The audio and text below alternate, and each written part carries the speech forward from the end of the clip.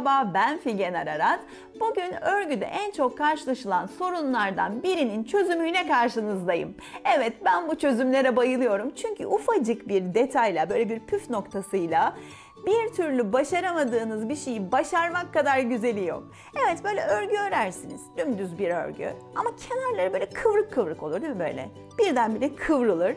Ay, o çok sinir bozucu bir şeydir. Gerçekten heves kaçırır. O kadar özeniyorum, bözeniyorum, dümdüz örgü örüyorum, inci gibi yapmaya çalışıyorum ama çıkan sonuca bak diyorsunuz değil mi? Aslında çok basit çözümü var. Evet, hazır mısınız? Hadi birlikte yapalım. 20 tane ilmek attım ve normal her zaman ördüğümüz gibi ördüm. Bakın ne kadar kıvrıldı. Normal düz örgü örerken nasıl örüyoruz? Şöyle çaprazdan alıyoruz şişimizi ve normal bir şekilde örüyoruz değil mi? Şöyle bildiğimiz düz örgü. Şu araları da öreyim.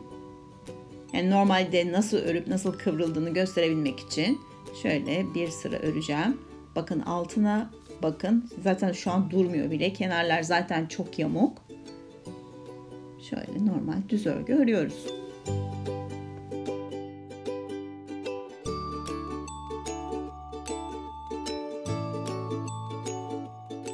Son ilmeği de yine aynı şekilde düz örgü örüyoruz. Diğer yüzde ters örgü örüyoruz. Onda da normal şöyle geçirip bir güzel ters örgümüzü örüyoruz. Normalde yaptığımız bu. Şimdi sıra sonuna kadar geleyim.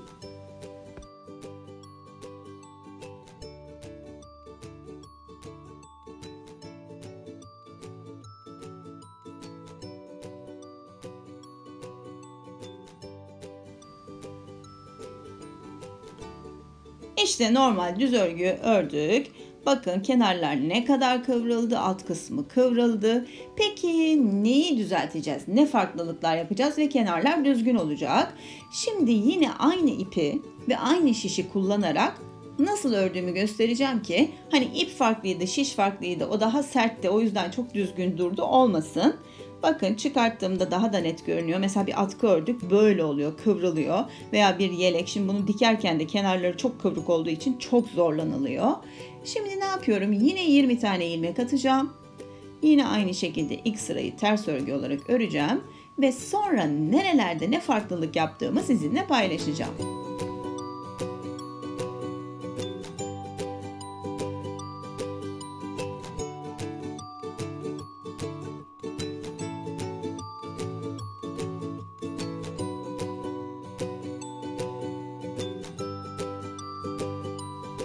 İlk sırayı ters örgü ördük. Ne yapıyorduk? İlk örgüde düz örgüyü şöyle çaprazdan alıyorduk. Normal düz örgü örer gibi. Şimdi ne yapıyorum?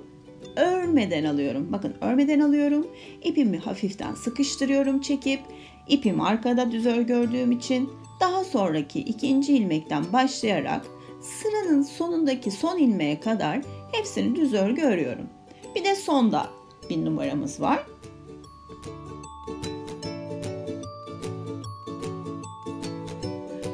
Son ilmeğe geldik. Normalde şöyle çaprazdan yine normal düz örgü örer gibi öreriz değil mi? Ama işte orayı yamultuyor.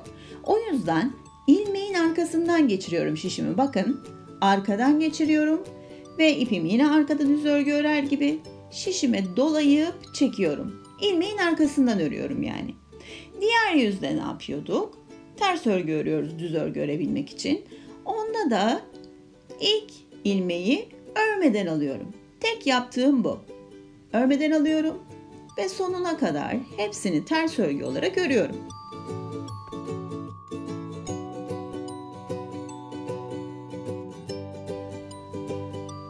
Son ilmeği de normal ters örgü olarak örüyorum. Yine düz kısma geri döndük.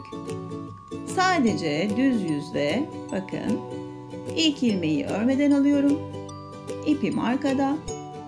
Son ilmeğe gelene kadar bütün ilmeklerimi düz örgü örüyorum.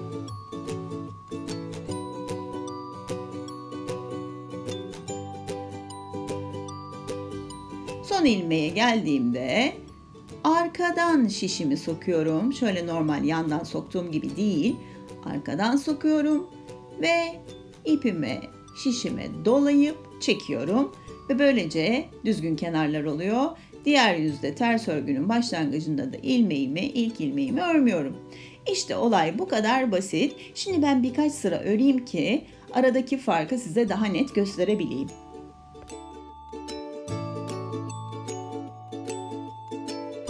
İşte bakın, ördüm, hiç kıvrılma yok ve ne kadar yanları düzgün gidiyor.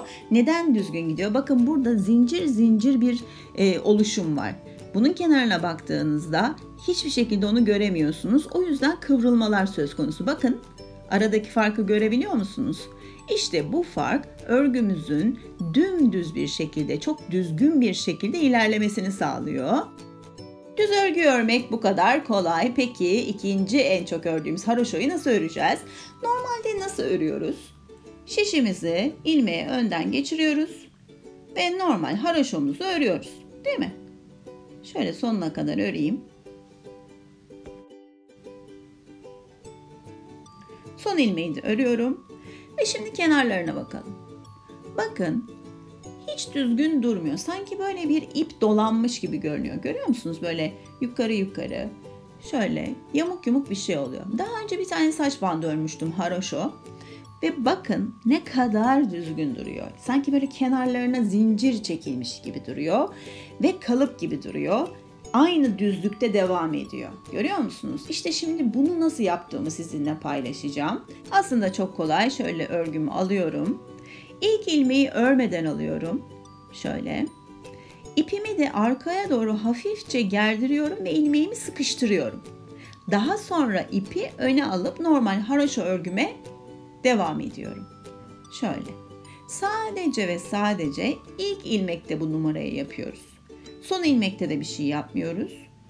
Sadece bunda ilk ilmekte yapıyoruz. Şöyle hepsini öreyim. Son ilmeği de normal örüyorum. Tekrar dönüyorum. Yine aynı işlemi yapıyorum. İlk ilmeği örmeden alıyorum. İpimi arkaya doğru biraz çekip şöyle ilmeği sıkıştırıyorum. Bakın, ipimi tekrar öne alıyorum. Olay bu kadar basit. Şimdi şöyle birkaç sıra öreyim ki aradaki farkı size gösterebileyim.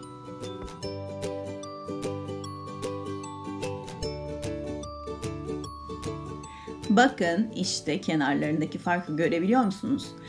Burada dolanmış gibi, buradaysa zincir çekilmiş gibi. Şöyle diğer yanını da göstereyim. Aynı şey orada da var.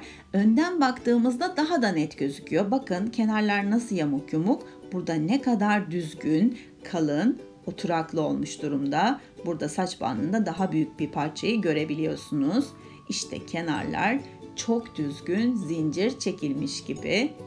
Burada da ikisinin farkı daha da net ortada. İşte artık ördüğümüz örgülerin kenarları kıvrılmayacak ve çok şık, muntazam olacak. İşte çözümü bu kadar basitti. Umarım beğenmişsinizdir. Başka sorunlar varsa lütfen yorumları alalım. Çözümleri sizinle paylaşmaya çalışayım. Yine güzel, değişik örgü projelerinde görüşmek üzere. Şimdilik hoşça kalın.